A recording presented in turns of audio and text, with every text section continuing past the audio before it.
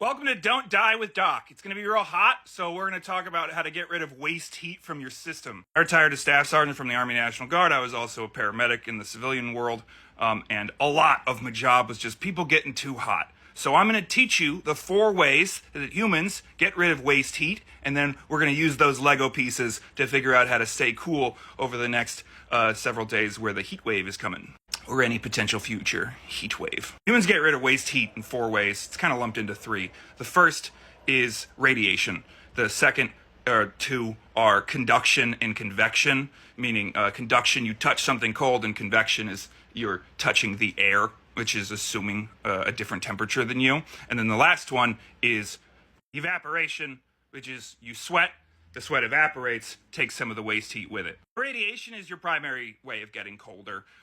You radiate 60% of your body heat off as IR radiation. That's why you can see someone on IR goggles. People literally glow. Between like 3 and 15% is conduction and convection, because you're usually not always touching something cold, and the air temperature varies a lot. And then the rest of it is evaporation, which is why humans sweat so much. Humans are actually absurdly efficient biological heat waste management machines, and the curlier and shorter the curls of your hair are, the more so, because the hairs act like radiators. The sweat, when it gets trapped in those curls, is able to evaporate even more efficiently. You got long, flat hair like mine that traps heat, hence why we see hair differences over the hemispheres where cold and hotter air happen to be. Now, when the air reaches sometimes they talk about wet bulbs. A wet bulb is literally a bulb that is wet, and you measure it inside of a thermometer. It tells you what the humidity and temperature are,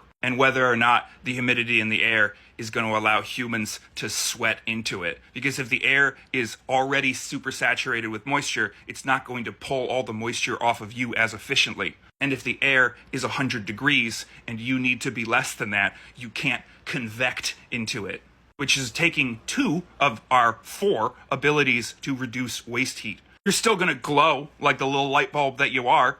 We're really going to want to lean into that conduction. So if you can put like a wet, cold towel on the back of your neck or in your armpits, that's going to help things. If things get real dire, you're going to want to put cold on your crotch. Kind of thinking here is that anywhere where your venous system is making the jump between core and extremity, it's a little bit closer to the skin. That's why you can feel your femoral pulse and your radial pulse and your carotid pulse. And your venous system is moving around the liquid inside of you that needs to be cooled down. In fact, when you get very hot and you start to sweat, you are vasodilating, which means the veins are getting bigger. The veins and arteries are getting bigger, closer to the skin, so that it's getting more of your blood closer to the place where it can radiate off. And some of that blood is being turned into sweat. Fun fact, sweat has a lot of the same components as urine. Sure, it doesn't pass through the kidneys and then sit in the bladder for a while, but it's like the same stuff, which, I mean, to me means we sweat pee.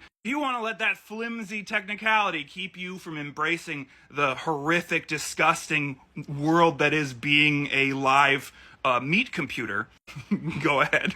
You're going to want to try to remove as much tight-fitting clothing as you can, because you don't want to trap the heat near your body. You want to allow it like free movement as much as it can, because you will remove some of it with convection if there's like a light breeze. Because remember, heat is just molecules moving around a bunch, and when they encounter each other, they pull energy from one to the other. You're looking to reduce the amount of heat coming in. Avoid direct sunlight. Avoid being outside if you can. Try to be in contact with cool things like wet towels or ice wrapped in a towel. And drink water. Whatever amount of water you normally drink more than that. And then, just for safety, more than that. We're looking for light yellow urine here, like a fresh lemonade. And if it's pink lemonade, just straight to the doctor. I know that technically coffee and tea and sodas and such do not have such a diuretic effect that it outdoes the amount of liquid that you are consuming, because water is the primary ingredient in all of those things. I don't care. Water. Just straight water. Drink it. Drink a bunch of it. Force yourself to do it. Wake up and go, it's hot, and then chug 2 glasses of water. Because by the time you start to feel dizzy and all the symptoms, it's too late. I mean, it's not too late. You should still drink water and do all the things to reduce yourself in heat. But, like, you've already started doing damage. We're talking heat exhaustion, heat cramps, all the way up to heat stroke. You do not want to have a stroke because it's hot out.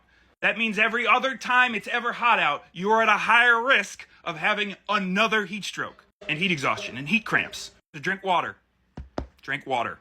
All right, I feel like I've given you all the Lego pieces to put together how to keep yourself and your loved ones cool and safe and not dead for the next however long it's hot for. Humans make hot. Hot comes off in glow. Also breathe off. Humans make wet. Wet evaporates. How do I dumb down the word evaporate? Wet goes to God. Wet